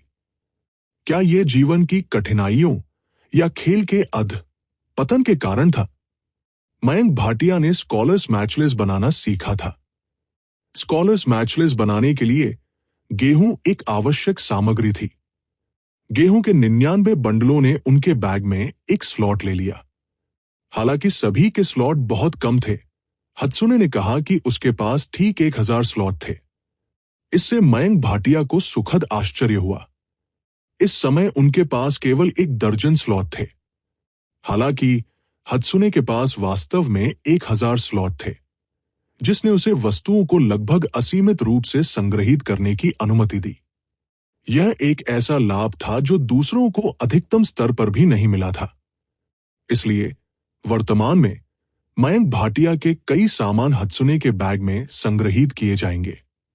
ऐसा इसलिए था क्योंकि हत्सुने के पास खेल में एक अजेय शरीर था। हालांकि वह दूसरों पर हमला नहीं कर सकती थी, लेकिन अन्य लोग भी उस पर हमला नहीं कर सकते थे। दूसरे शब्दों में, अगर वह अपना सामान हत्सुने के पास छोड़ देता, भले ही वह मर जाए, तो वह अपने उपकरणों के अलावा अपने बैकपैक में कुछ भी नहीं खोएगा। मयंक भाटिया को शांति से दूर गेहूं की कटाई करते देख डोमिनेशन गिल्ड के खिलाड़ियों की नजर में सतर्कता काफी सुकून दी। उनमें से कुछ ने उसे तिरस्कार की दृष्टि से भी देखा। आखिरकार खाना पकाने, मछली पकड़ने आदि जैसे पूरक कौशल सीखने के बाद युद्ध कौशल सीखने के लिए स्लॉट की संख्या में बहुत कमी आई। इन लोगों के लिए जो वास्तव में हत्या का अभ्यास कर रहे थे, उनके जैसे अर्धल डाकू खिलाड़ी को मारना एक छोटे राक्षस को मारने से अलग नहीं था। एक आदमी के रूप में उन्होंने खेल में युद्ध कौशल नहीं सीखा, बल्कि पूरक जीवन कौशल सीखा। क्या वह एक जाल था? इन तिरस्कारपूर्ण निगाहों के सामने मयंक भाटिया ने कम प्रोफाइल रखना जारी रखा और गेहूं की कटाई में अपने जीवन का आनंद लिया। दरअसल मयंक भाटिया का कुकिंग स्किल हत्सुने का था। वो और हत्सुने पहले से ही खेल में जुड़े हुए थे, इसलिए उनका युद्ध कौशल अभी भी था। खेल में खाना पकाने से खाना पकाने के कौशल की दक्षता भी बढ़ सकती है। मयंक भाटिया का मौजूदा कुकिंग स्किल पहले ही लेवल 4 तक पहुंच चुका था और लेवल 5 की ओर बढ़ रहा था। 1 घंटे तक गेहूं की कटाई के बाद हत्सुने ने पहले ही अपने बैग में गेहूं के कुछ 100 बंडल जमा कर लिए थे। अपनी दोस्तों की सूची खोलते हुए उसने देखा कि हत्सुने ऑनलाइन नहीं था। मयंक भाटिया बस हत्सुने को सीधे भूल भुलैया क्षेत्र में ले आए। जैसे ही वे भूल भुलैया क्षेत्र में पहुंचे, हत्सुने ने अपना सिर घुमाया और मयंक भाटिया को देखकर मुस्कुराया। बड़े भाई, जब big sister black cat online आती है तो हम भूल भुलैया क्षेत्र के बीच में तीसरे कमरे में जा सकते हैं और बॉस का शिकार कर सकते हैं। बॉस का शिकार करो हमारे वर्तमान स्तर के साथ, क्या ये थोड़ा मुश्किल नहीं है? पिछली बार हत्सुने के अनुसार पहली मंजिल के मालिक का शिकार करने के लिए उन्हें स्तर 10 और दर्जनों लोगों की आवश्यकता थी, लेकिन अब वो और ब्लैक कैट केवल स्तर 8 थे। यदि वे सीधे बॉस का शिकार करने गए, यहां तक कि राजास्तर के कौशल के साथ भी, अगर वे सावधान नहीं थे और गलती से बॉस द्वारा छुआ गया था, तो क्या उन्हें तुरंत नहीं मार दिया जाएगा? बेशक, मैं अभिभावक जानवर के मालिक के बारे में बात नहीं कर रहा हूं। हत्सुने ने अपना सिर हिलाया और समझाया, मैं भूल भुलैया क्षेत्र में मध्य स्तर के मालिकों के बारे में बात कर रही हूं। ये बॉस अभिभावक जानवर के ऊपरी स्तरों के मालिकों से अलग होते हैं। उनका समग्र आक्रमण और बचाव संरक्षक जानवर की तुलना में बहुत कम है। इसलिए यदि आप और बड़ी बहन ब्लैक कैट एक साथ काम करते हैं, तो जब तक आप सावधान रहते हैं, तब तक आप उन्हें हरा सकते हैं। मध्य स्तर के बॉस उपकरण और कपड़े भी गिराते हैं। कुछ हमले और बचाव के साथ आप अगले बॉस के छापे की तैयारी भी कर सकते हैं।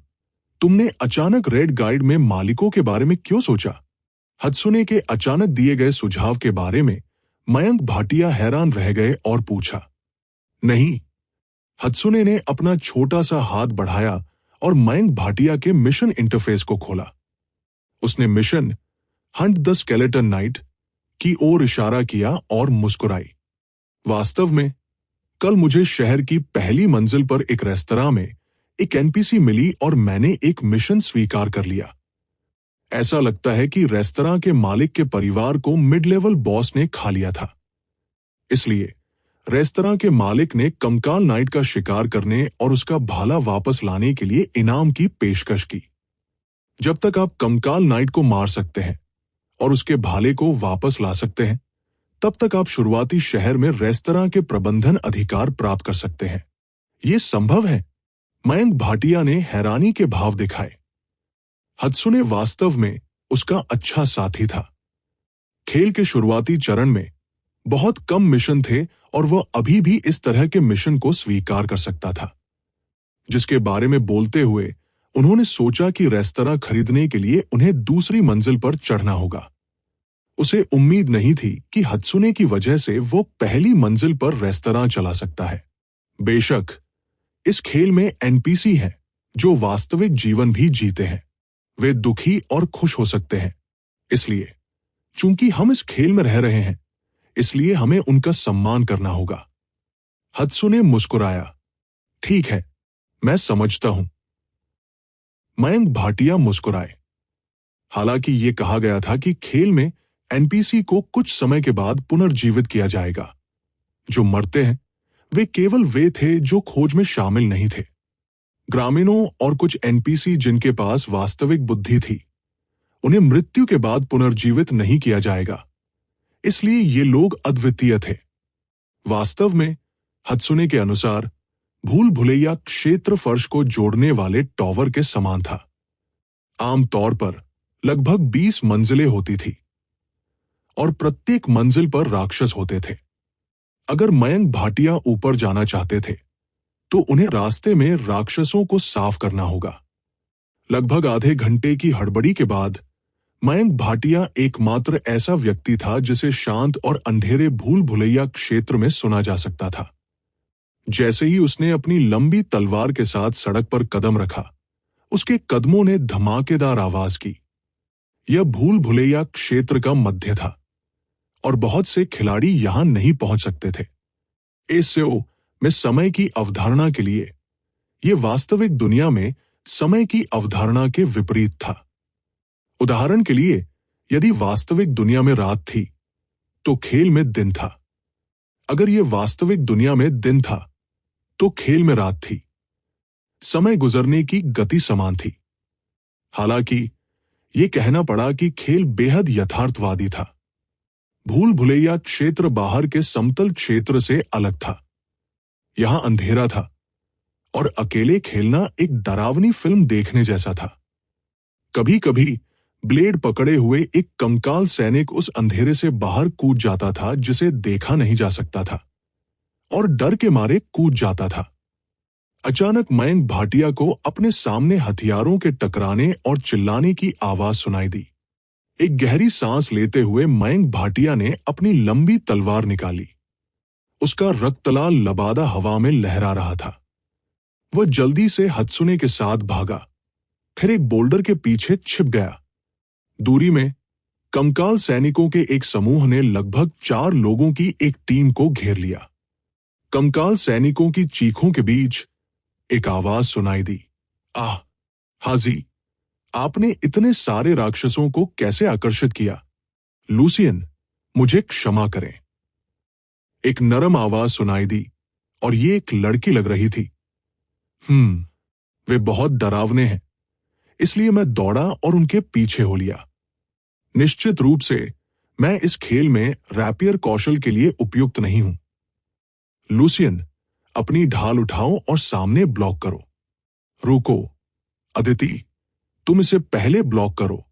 मैं मर रहा हूं। मुझे एक स्वास्थ्य औषधि दो। मेरे पास ढाल नहीं है। मैं इसे कैसे रोक सकता हूं? तो फिर गिल्ड मास्टर को इसे अपनी छाती से ब्लॉक करने दे। हूं। लूसियन, लोगों के इस समूह की बात सुनकर मयंक भाटिया अचानक ठिठक गए। उसे स्पष्ट रूप से याद आया कि उसने ये नाम पहले कहीं सुना था। इसके बारे में ध्यान से सोचने के बाद उसे आखिरकार याद आया। कंकाल सैनिकों की घेराबंदी में कवच के टकराने की आवाज आई। अपने शरीर में गंभीर दर्द में लूसियन दहाड़ने लगा, और उसके हाथ में ढाल एक चमकदार सफेद रोशनी से जगमगा उठी। उसने कंकाल सैनिक को अचेत करने के लिए ढाल हमले का इस्तेमाल किया, जो बैंगनी बालों वाली लड़की पर हमला कर रहा था। उसके सामने बैंगनी बालों वाली लड़की को देखते हुए, जो लंबी थी और एक नौसिखिया का मोटा कपड़ा पहना हुआ था, जो उसके गर्वित फिगर को छिपा नहीं सकता था, लूसियन ने अवाक होकर कहा, राष्ट्रपति, मुझे क्यों लगता है कि इस खेल में प्रवेश करने के बाद से आपका ऑपरेशन बहुत कमजोर हो गया है। वास्तव में उन्होंने भूल भुलैया क्षेत्र के ऊपरी स्तर पर आने की योजना बनाई। मूल रूप से अन्य खेलों में 4 लोगों के सहयोग से भूल भुलैया क्षेत्र में राक्षसों का शिकार करने में कोई समस्या नहीं थी, जब तक कि वे उन्हें एक एक करके आकर्षित करते थे। लेकिन उन्हें ऊपरी स्तर पर आने और मध्यवर्ती बॉस का सामना करने के लिए कमरा खोलने की उम्मीद नहीं थी। वे मुश्किल से बच निकले, और अपने साथी या जी की गलती के कारण उन्होंने कुल 30 से अधिक कंकाल सैनिकों को आकर्षित किया। अपनी ताकत के साथ वे बिल्कुल भी विरोध नहीं कर सके। उनका मानना था कि वे जल्द ही इन राक्षसों के ब्लेड के नीचे मर जाएंगे। अलविदा, मैंने अभी अभी लेवल 5 फील्ड में कदम रखा है। कंकाल सैनिक के हाथ में जर्जर छुरी लेने के लिए कटाना पकड़े हुए बैंगनी बालों वाली लड़की शर्मा गई और लूसियन पर अपनी आंखें घुमाई। ये गेम शुरुआती चरण में पैसा खर्च नहीं कर सकता है, और कोई ऑनलाइन बैंकिंग लेनदेन नहीं है। हम खिलाड़ियों से उपकरण और पैसा नहीं खरीद सकते, इसलिए स्वाभाविक रूप से हम बहुत कमजोर हैं। यदि आप पैसा खर्च नहीं करते हैं तो आप नहीं खेलेंगे। राष्ट्रपति। लूसियन, जो सामने ढाल पकड़े हुए था, अवाक था। क्षमा करें, यह सब मेरी गलती है। एक आदर्श आकृति वाली प्यारी लड़की ने अपने हाथ में भाला पकड़ लिया और कांपते शरीर के साथ कहा, अगर ये मेरे लिए नहीं होता तो हर कोई मिटा नहीं पाता। इससे पहले कि वह बोलना समाप्त कर पाती, एक तेज ब्लेड की रोशनी हवा में फैल गई, जिससे एक तेज आवाज आई, क्योंकि ये या जी के नाजुक शरीर की ओर बढ़ रही थी। ब्लेड अपने साथ एक ठंडी रोशनी लेकर आया, और वास्तविकता की भावना के कारण या जी का चेहरा डर से पीला पड़ गया। सौभाग्य से इस समय अदिति नाम की एक बहादुर आईडी वाली लाल बालों वाली लड़की ने एक बड़ी तलवार लहराई और 2 कंकाल सैनिकों को बहा ले जो या जी पर हमला कर रहे थे। साथ ही उसने कहा, बात करना बंद करो लूसियन, जल्दी से कंकाल सैनिकों के हमले का विरोध करने का एक तरीका सोचो। नहीं, मेरा एचपी बार सबसे नीचे है। एक दबी हुई टक्कर की आवाज आई। लुसियन, जो सामने ढाल पकड़े हुए था, ने अपने दांत पीस लिए। कई कंकाल सैनिकों के संयुक्त हमले के तहत उसकी बाहें सुन्न हो गई और हिंसक प्रभाव के तहत उसके सिर के ऊपर एचपी बार तेजी से कम होने लगा। क्षमा करें, मैं इसे अब और नहीं ले सकता। लुसियन ने एक दबी हुई कराह निकाली क्योंकि उसके हाथ में सफेद ढाल कंकाल सैनिकों के हमले के तहत बिखर गई। इस शक्तिशाली प्रतिकारक बल के तहत उसका शरीर एक टूटी हुई डोरी के साथ एक पतंग की तरह था, जो पीछे की ओर उड़ रहा था और एक पत्थर की दीवार से जोर से टकरा रहा था। हथियार क्षतिग्रस्त। लुसियन की ढाल को देखकर, जो उनकी ढाल से दोगुनी मजबूत थी, चकनाचूर हो गई। हाजी और अन्य लोग मदद नहीं कर सके, लेकिन उनके दिलों में ठंडक महसूस हुई। इस खेल में हथियारों में स्थायित्व था। एक बार जब स्थायित्व अपर्याप्त हो जाता है, तो खिलाड़ी को इसे ठीक करने के लिए एक लोहार ढूंढना होगा, अन्यथा हथियार टूट जाएगा और अनुपयोगी हो जाएगा। लेकिन कुछ ही देर में ढाल बिखर गई। इससे यह देखा जा सकता था कि इन कंकाल सैनिकों के हमले कितने शक्तिशाली थे। जिस क्षण राक्षस के हमले के तहत ढाल टूट गई, लुसियन पहले से ही निराशा में था। हालांकि इस समय नारंगी तलवार की रोशनी की लगातार 3 धारियां हवा में फैल गई। उन सभी ने कंकाल सैनिक के शरीर पर सटीक प्रहार किया, जो अपनी छुरी को घुमाने वाला था। आखिरी हमले में एक शक्तिशाली बल था जो सीधे कंकाल सैनिक के शरीर के केंद्र में घुस गया था। Single handed sword skill combo. यह सिर्फ एक अपेक्षाकृत सामान्य तलवार कौशल था। यह एक पहाड़ी भेड़िया नेता द्वारा छोड़े गए कौशल का था, जिसका मयंक भाटिया ने पहले शिकार किया था। यह उसके सामने कंकाल सैनिकों को हराने के लिए एकदम सही था। एक व्यक्ति ने 5 कंकाल सैनिकों को मार डाला। लुसियन की आंखें चौड़ी हो गई क्योंकि उसने कंकाल सैनिकों को देखा जो उन्हें घेरे हुए थे। मयंक भाटिया ने वास्तव में कंकाल सैनिकों के गठन में खुद ही एक छेद कर दिया था। वह मदद नहीं कर सका, लेकिन जगह स्तब्ध रह गया। हत्सुने, उन्हें उस चोक पॉइंट पर ले जाओ जिसका मैंने पहले उल्लेख किया था। मैं जल्द ही वहां पहुंचूंगा। मयंक भाटिया ने हत्सुने पर चिल्लाया, फिर अपने दांत पीस लिए और अपनी तलवार से उसके सामने रोक दिया। 4 कंकाल सैनिकों के ब्लेड एक के बाद एक लंबी तलवार पर टूट पड़े और अचानक उसकी बाह से तेज दर्द हुआ। इतने सारे कंकाल सैनिकों के हमले उसके शरीर पर पड़े। मयंक भाटिया के मौजूदा डिफेंस और ताकत के साथ भी उन्होंने एक शक्तिशाली प्रभाव महसूस किया। उसका पूरा शरीर सीधे खटखटाया गया और एक चट्टान से टकराया। हर कोई मेरे पीछे आओ। रैंक एक टैलेंट वाले मयंक भाटिया के लिए हत्सुने को काफी राहत मिली। उसने सीधे अपने शरीर को मूर्त रूप दिया और मयंक भाटिया के समान आकार की हो गई। उसने प्याज के रंग की पोशाक और प्यारे छोटे चमड़े के जूते पहने थे और लुसियन और अन्य लोगों को देखकर मुस्कुराई। फड़फड़ाती डबल पोनीटेल ने लुसियन और अन्य लोगों को एक पल के लिए स्तब्ध कर दिया, जिसके बारे में बोलते हुए उसके कपड़े बहुत सुंदर हैं। लुसियन को छोड़कर बाकी 3 लड़कियों ने अपनी आंखों में ईर्ष्या का भाव दिखाया। बेशक, क्योंकि वे अपने सामने खतरे को समझते थे, वे लंबे समय तक नहीं रहे। वे सभी हत्सुने के पीछे चले गए और मयंक भाटिया द्वारा अभी-अभी फाड़े गए छेद से बाहर निकल गए। उन्हें जाते देख मयंक भाटिया कंकाल सैनिकों के जंपिंग स्लैश से बचने के लिए लुढ़क गया। सौभाग्य से पहली मंजिल पर राक्षसों की कठिनाई अधिक नहीं थी, अन्यथा 10वीं मंजिल और उससे ऊपर के राक्षसों के साथ वह बच नहीं पाएगा। सुपरसोनिक प्रभाव। सौभाग्य से अभी-अभी उनकी भागीदारी के कारण कंकाल सैनिकों का गठन बाधित हो गया था। इसके तुरंत बाद उसने कंकाल सैनिक की उड़ती हुई तलवार को छेद दिया। मयंक भाटिया सीधे होल से बाहर निकले, लेकिन उसके पीछे के राक्षसों ने हार नहीं मानी।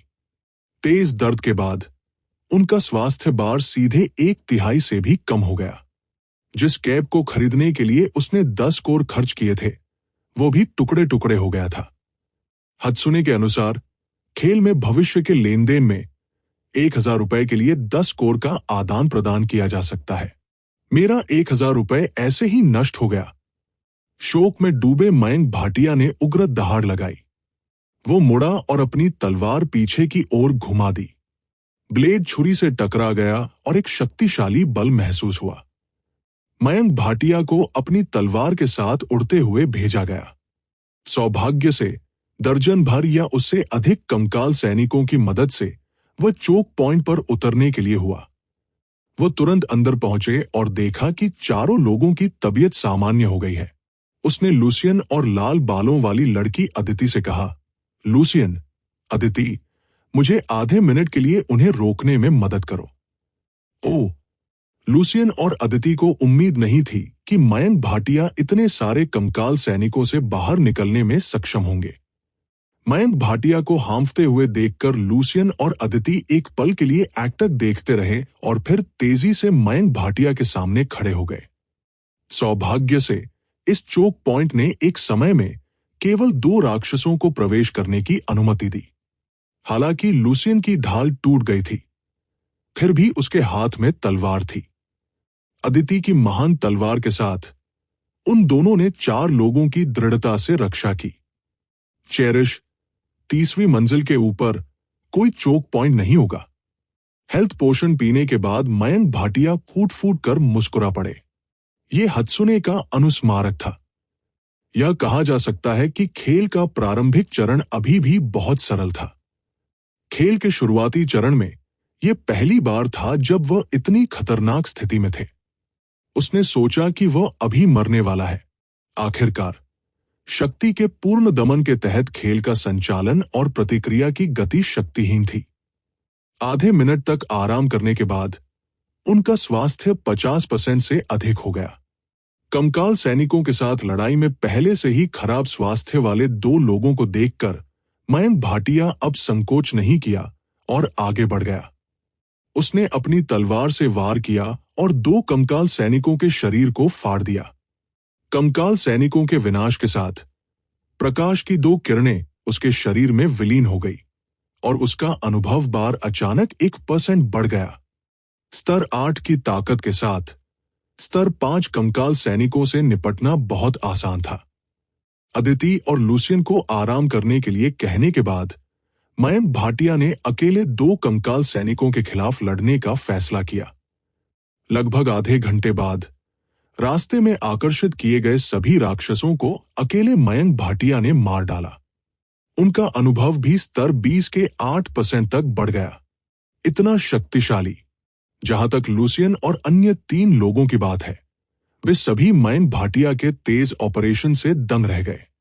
निश्चित रूप से राक्षसों को आकर्षित नहीं करना और अकेले चोक पॉइंट नहीं करना सबसे अच्छा था। सभी राक्षसों को मारने के बाद मयंक भाटिया ने राहत की सांस ली।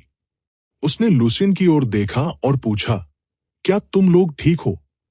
हालांकि जैसे ही उसने ये वाक्य कहा, उसने लूसियन को चौंकाने वाले चेहरे से उसकी ओर देखते देखा।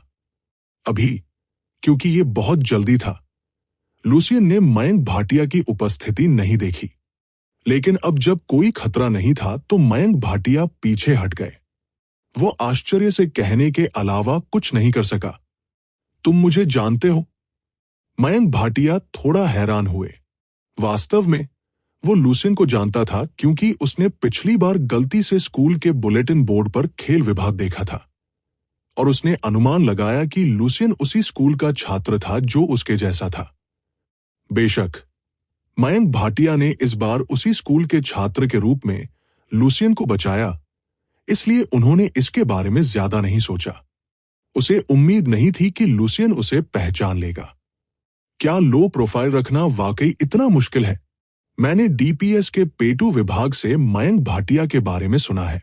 स्कूल में मशहूर शख्स को देखकर लूसियन ने जोश से मयंक भाटिया से कहा, मयंक भाटिया, मेरा नाम आर्यन सिंह है, जो स्कूल के गेमिंग डिपार्टमेंट का सदस्य है। ये याजो, अदिति और हमारे गेमिंग विभाग के प्रमुख हैं। मुझे उम्मीद नहीं थी कि स्कूल में प्रसिद्ध छात्र भी ऐसे खेलेगा। क्या हम एक दूसरे को दोस्त के रूप में जोड़ सकते हैं? इतना कहने के बाद लूसियन ने फ्रेंड इंटरफेस खोला और मयंक भाटिया को फ्रेंड रिक्वेस्ट भेजी। ठीक है, मयंक भाटिया ने फ्रेंड रिक्वेस्ट स्वीकार कर ली। एक ही स्कूल के छात्रों के रूप में यह भाग्य था कि वे खेल में मिले थे। इसके अलावा मयंक भाटिया की लूसियन के बारे में पहली छाप काफी अच्छी थी, इसलिए वो स्वाभाविक रूप से अपने गर्मजोशी भरे निमंत्रण को अस्वीकार नहीं करेंगे। जैसे ही मयंक भाटिया ने फ्रेंड रिक्वेस्ट स्वीकार की, लूसियन ने मयंक भाटिया की ओर उत्साह से देखा और कहा, कोई आश्चर्य नहीं कि मयंक भाटिया अकेले कंकाल सैनिकों की घेरा से बाहर निकलने में सक्षम था। यह पता चला है कि आप आकाशीय लीडर बोर्ड पर रहस्यमय गोधूली सांसारिक है। वास्तव में मैंने ये भी सीखा कि आपकी पोस्ट पढ़ने के बाद कैसे लड़ना है और भूल भुलैया क्षेत्र में कैसे प्रवेश करना है। सच कहूं तो हम अभी भी आपके छात्र हैं, श्री मयंक भाटिया। मैं सिर्फ भाग्यशाली हूं कि मैंने एक स्तर नहीं खोया। मयंक भाटिया मुस्कुराए। चूंकि खेल का नाम उसे एक दोस्त के रूप में जोड़ने के बाद स्वचालित रूप से प्रदर्शित किया गया था, इसलिए यह आश्चर्य की बात नहीं थी कि लूसियन बता सकता था कि वह सेलेस्टियल लीडर बोर्ड का विशेषज्ञ था।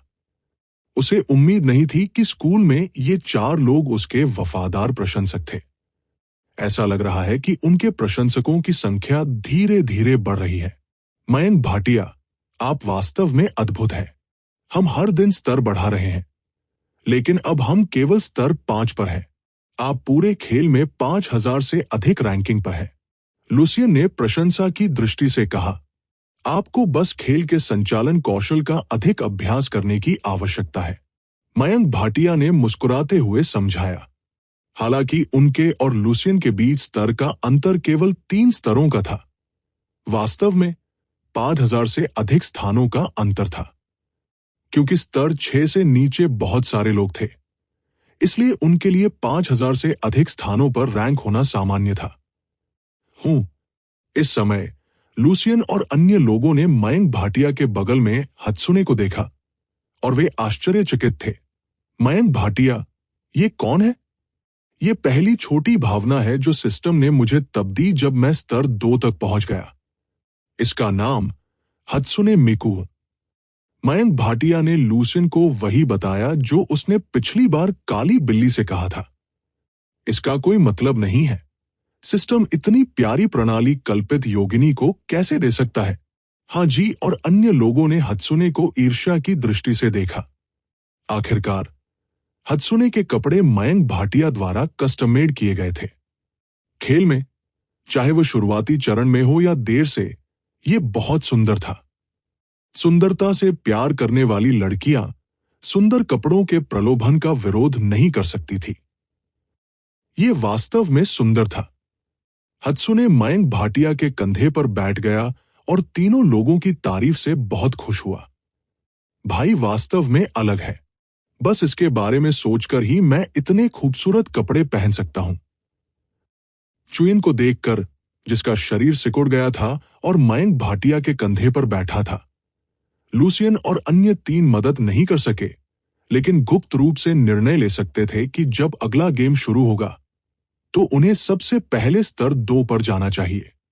पहले इतनी प्यारी और प्यारी योगिनी मिलने के बाद लूसियन ने मयंक भाटिया से कहा। उन्होंने कहा, मयंक भाटिया, आपको देखकर आप किसी गिल्ड में नहीं लग रहे हैं। वास्तव में हम में से कुछ ने एरे कैट्स नामक एक गिल्ड बनाया है। क्या आप हमसे जुड़ना चाहते हैं? एक गिल्ड में शामिल हों? मयंक भाटिया के मन में पहला विचार मना करने का था।